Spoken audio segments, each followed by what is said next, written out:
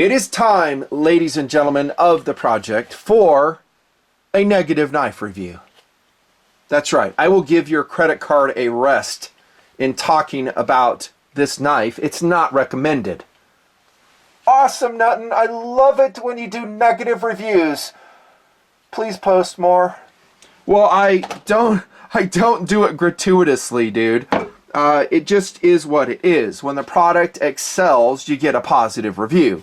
When it kind of sucks, you get a negative review. Yeah, when it sucks. This has not been the summer, what do we call it last year? The summer fails event. we've had a couple summers of that. Like 2017 summer fails event, 2018 summer fails event. This is 19. It's been pretty good. We've had some great products, knives, guns, really, really good stuff, and it's enjoyable. This knife, not so much, not recommended. I'm just going to say that right off the bat. And there's one reason why. There's some really good things about the knife. There's some really bad things about it. It's a loaner, so I didn't go out and put wear and tear on it. I don't have to at this point. I've used so many knives, abused them in the wild. I kind of know how they're going to work. You know, batoning, fire sticks, shaving, chopping, kindling, food preparation, skinning Ewoks, you know, the normal stuff. That's what I've done. So you've seen it over the past, what, 27 years here in TMP? All right, it hasn't been 27. It's like 22 at this point. Seems like it. Now, the brand is actually pretty awesome. I love Kaiser. It's a Chinese brand. They have some great knives. And just to prove that I like the brand and what they do, I'm going to remind you of two knives that I have reviewed. How about the Vanguard? Here's the Blue G10 one. VG10, you see the price there, 3.8 ounces. Perfect blade shape, really sharp out of the box. I wish they would have used another steel besides VG10. I do, but what steel? I don't know. I would have preferred probably AUS 8 over that. I would have preferred, you'll probably skewer me for this, but probably even 8CR13. And it's only because VG10 just doesn't, I don't know. I like it. I love its rust resistance. I've always touted how rust resistant it is, but it just doesn't maintain an edge for very long. Still a great knife, and I bought this one, not given to me, bought it. The Vanguard. So, and this is their own design, the Vanguard. So this is from Kaiser, same company that's doing this fixed blade that I'm reviewing. So we're just, you know, talking about that they have a great design language. They just kind of miss this one. This one's the Damen Brown G10. It's very similar to the Vanguard. I think I have reviewed it. I don't know the chronology of whenever these are going to post. So I just don't. I produce a lot, and I have to meter out how I post. If you want to see it post quick, go to Patreon. It's like 3 times, 4 times what you're seeing on the A channel. It just freaking cranks. Just ask the Patreon guys. If they're Patreon, say, oh, what's the flow like over there? Oh yeah, he's doing like 4 videos a week. Maybe not 4, 3 a week. Something like that. Brown G10, VG10 steel, great design language, strong, sharp, perfect centering, skeletonized liners, looks great, high value knife, Kaiser. This one is their Bush knife. Now, it does have some good things about it. Okay, and one of the great things about it is its blade. The blade is fantastic. But it's a smaller, they're saying bush knife. I would say fieldcraft, or as I've always called it, woodscrafting knife. Okay, and you know, it has a nice epoxy coating to it for rust resistance. You guys know I love 1095. It's a worker steel. You know, it just performs so well out there. Expect some rust. Easy enough to sharpen. It's forgiving of mistakes as you're batoning, as it goes into the dirt. It doesn't chip out easily. It will chip out, but not like a stainless steel. That and 5160 are some of my favorite non-stainless steels to work out in the woods with.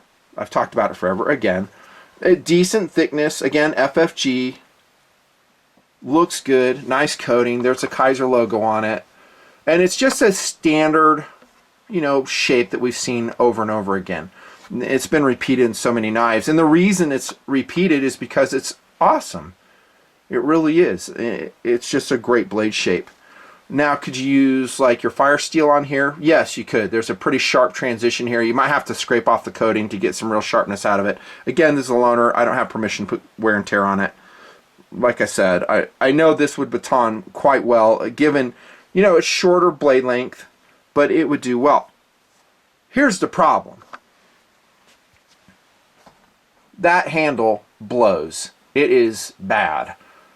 What are you talking about? And it looks great. Yeah, it actually does look good. It's, I think, brown micarta on this one.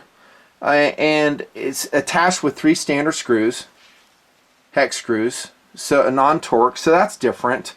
It's good to have that capability to remove them. I think 3 screws is too much, and it might contribute to what I think is a little bit of a portly weight at 9.4 ounces. That's including the sheath, given a smaller size knife. Well, maybe not so bad, because I'm going to show you some competitive options that are exactly that weight, and I love them. But they also have some other things going for it that this doesn't. We're talking about the good things of the handle. First things first. No sharp transitions. That's good. It's got a huge lanyard hole. I don't know if you need one on a blade this size. I usually use them for my big choppers, of which, by the way, I absolutely love because they minimize my work out there. Still, to this day, y'all, still love big knives. Love them.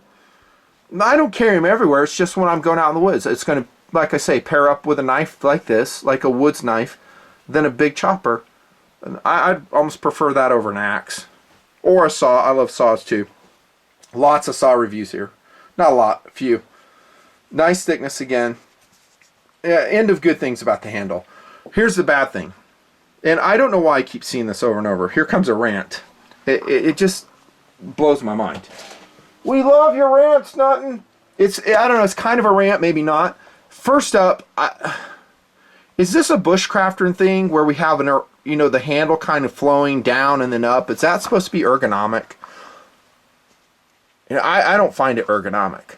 Okay, where this goes down and up. Any time that I see a hump coming out towards the end like this on a woods crafting knife, survival knife, generally I'm more towards the big ones. So on the smaller knives I'm more forgiving. I just don't like it, because what happens is this batters your pinky if you actually do some hard work with it. You're chopping. Again, this is a smaller knife, not a chopping knife. I get it. I just don't see how that's ergonomic. But I could forgive that if, and you probably already tagged the problem with this, if the freaking handle had some length to it. Hold on, gotta get the cone for this. That's what she said, Nuttin. Yeah, it's just too short. Oh, God, there's another one. It's just not working for me. Dang, another one. I'm not trying to be funny here. I'm really not. But dude, the handle is horrible. It should come out to here. You know, if the handle extended an inch, yeah, again, I'm not trying to be funny here. I'm just trying to describe the knife. If it came out like that much further, this would be a different review. The handle is what ruins the Kaiser Bush knife at 85 bucks or so. It's a Justin Gingrich design. And Justin, I don't know, maybe you have and I don't know the guy. There's so many designers. I mean, everybody has a knife. There's so many designers. Macy the Mountain Dog is coming out with her own bushcrafting knife in 2020. Watch for it. Yeah, you didn't hear that? Yeah, Macy the Mountain Dog, her own bushcrafting knife. I'm kidding, of course. Maybe there's a design philosophy here in play that I'm just not familiar with. That they like the shorter handle, that it goes in the palm, and that's more comfortable when you're doing bushcrafting duties. For overall woods use, count me out. No. It ruins the knife. It's ridiculous. I don't know. If you like a super short handle, say why and comment. Maybe you have really tiny hands, and that would be a good reason. I'm not, again, not trying to be funny, but that would be, hey, I have really small hands. That knife would fit me perfect.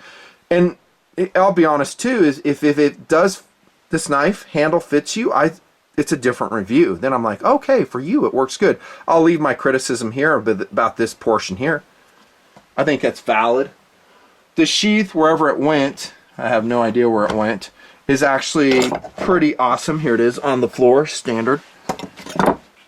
I love the sheath. Kydex has a place for a ferro rod right there. I don't think it came with one. I could be wrong though. Here's the numbers on it. Oh, there it is. 3 3/4 inch handle. I wrote it down previously. We were wondering about it. So that's a tiny little handle, 3 3/4 inch, 5-inch blade, not a 4.3. 9.4 ounces, 1095 steel. The sheath itself, though, is pretty excellent. Kydex, place for your fire steel. Seatbelt webbing for attachment. I have no problems with that. The beauty of it is that it gets out of your way. It's not a rigid attachment, so it has some freedom to flex out of the way. Not MOLLE compatible. If that's important to you, that would be another huge miss for the Kaiser Bush. We have a leather retention strap with adequate stitching, standard snap, no Velcro. Thank you, Kaiser. At least I didn't put Velcro on it. The fitting of the sheath for the Kaiser Bush is perfection. You heard the snap. It is really tight. I mean, dudes, maybe they should come out with a Kaiser Bush XL. And then it has, like, instead of a 3 3/4 inch handle, it has like a 5-inch or 4.5 inch handle. Different review. Different review. Yeah, so no on that. And again, I love the company. I think they're doing some great work for sure.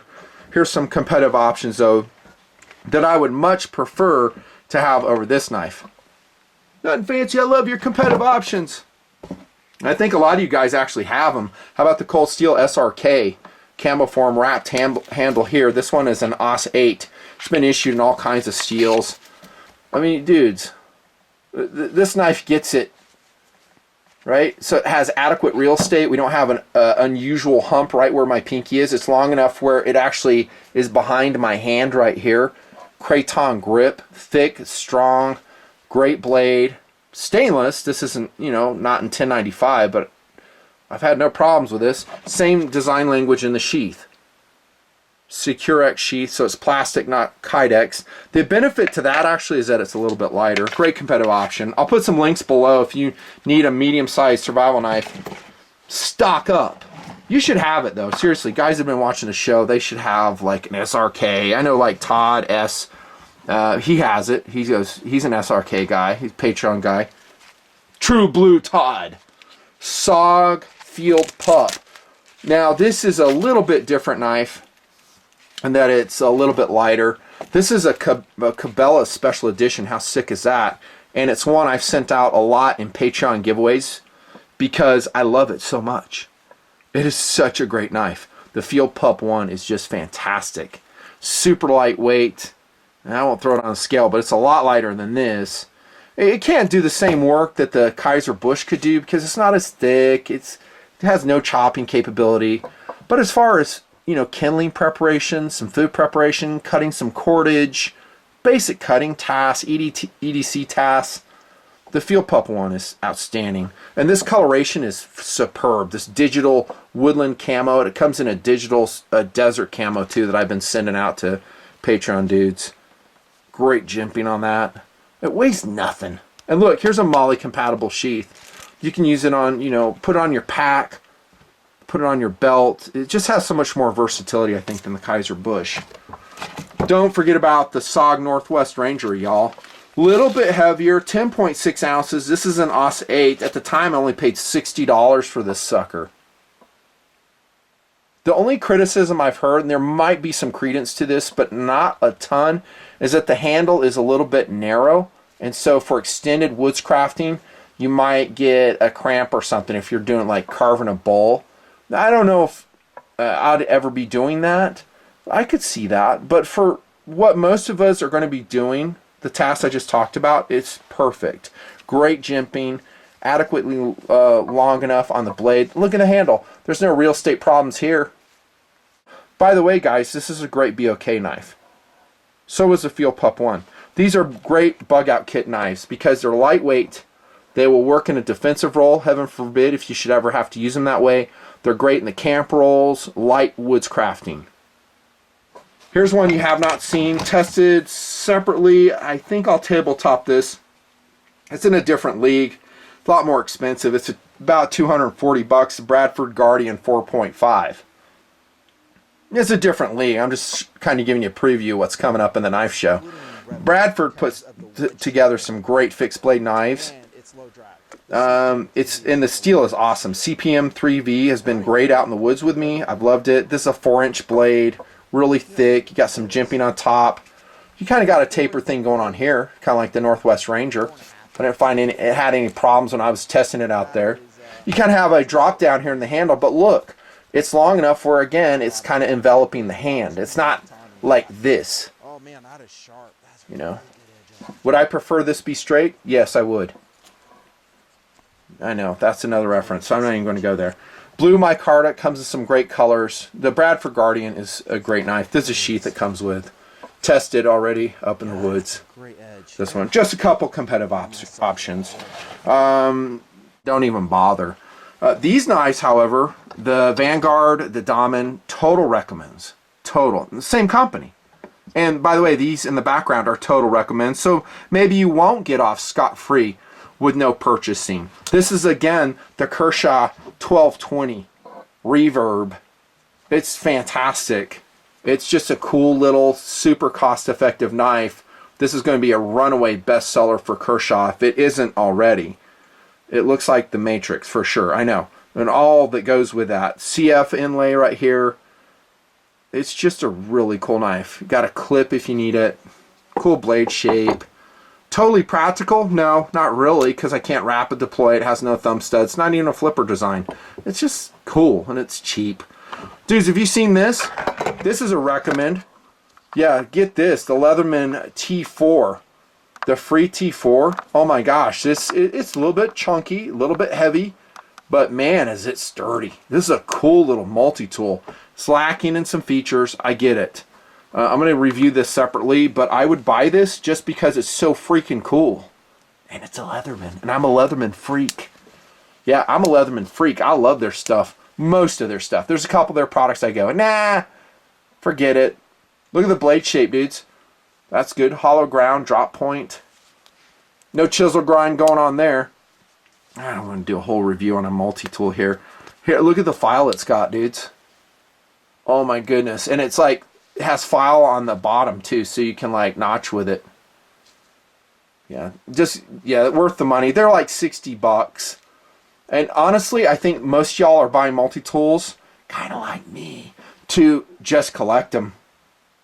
Nothing wrong with that. Nothing wrong with that. Just to collect them. You just like the engineering, the design language, the elegance of it. Okay, couple options. Wrapping it up. Good times in the knife show. Sorry, Kaiser Bush, non-recommended. Maybe there's a different variation I missed. Sorry if that's the case, of where the handle's longer, different, whatever. If they fix that handle, I think it'd be a recommend. Nothing fancy.